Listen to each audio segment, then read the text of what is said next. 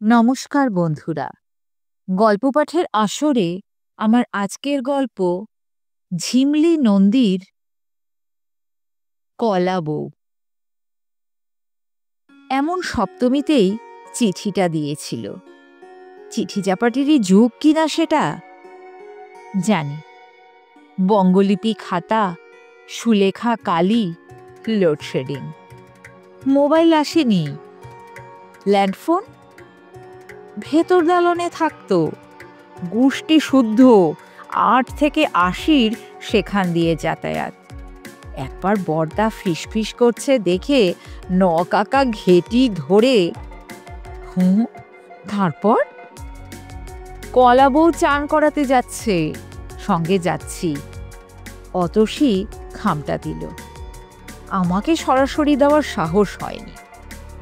পড়ে দেখলে, ইস অত সহজ। ঢাকিরা ঢাক বাজাচ্ছে, তবু লাবুডবু শুনতে পাচ্ছি। আসলে ও তো সেখানেই ছিল। অতসীকে চিঠিটা দিয়ে পিছু পিছু এসেছে। তাকাচ্ছে না, কিন্তু সব দেখছে। তো সেখানে পড়া অসম্ভব। হাত কাঁপছে। কত লোক! কোনো রকমে বাড়ি এলাম। সবাই মণ্ডপে, বাড়ি ফাঁকা। মার দিয়া কেল্লা।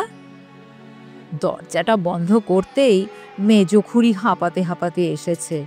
ছোট খুকি, দরজাটা খোল, বারকোষটা খাটের তলায় রেখেছি। যা, কেস খেয়ে গেলে।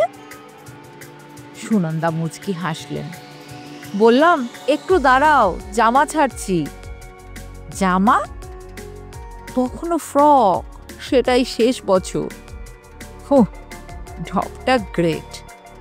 তা কার কোটেশন ঝেড়েছিল দাদু? সুনন্দা চোখ পাকালেন। তুই পড়েছিলিস বুঝি? ওইগুলোই তো চলতো তোমাদের। আর আই লাভ ইউ তো জামানা নয়। নাই বা হলো। খাম খুলে দেখি দুটো গোলাপি কাগজ। ওয়াও, সিনেমার টিকিট বক্সে। রৌনক লাফিয়ে উঠল। Over boundary! তার নীলাচলের মহাপ্রভু না জয় বাবা তারকনাথ? ববি, ঋষি কাপুর, ডিম্পল কাপাটিয়ার। ব্রেভো! রৌনক ঠাকুরমাকে জড়িয়ে ধরে নাচতে লাগলো। বাহার সে কই অন্দর। সুনন্দা পা মেলালেন। বাইরে ঢাক বাজছিল। কলা বউ নাইতে যাচ্ছে।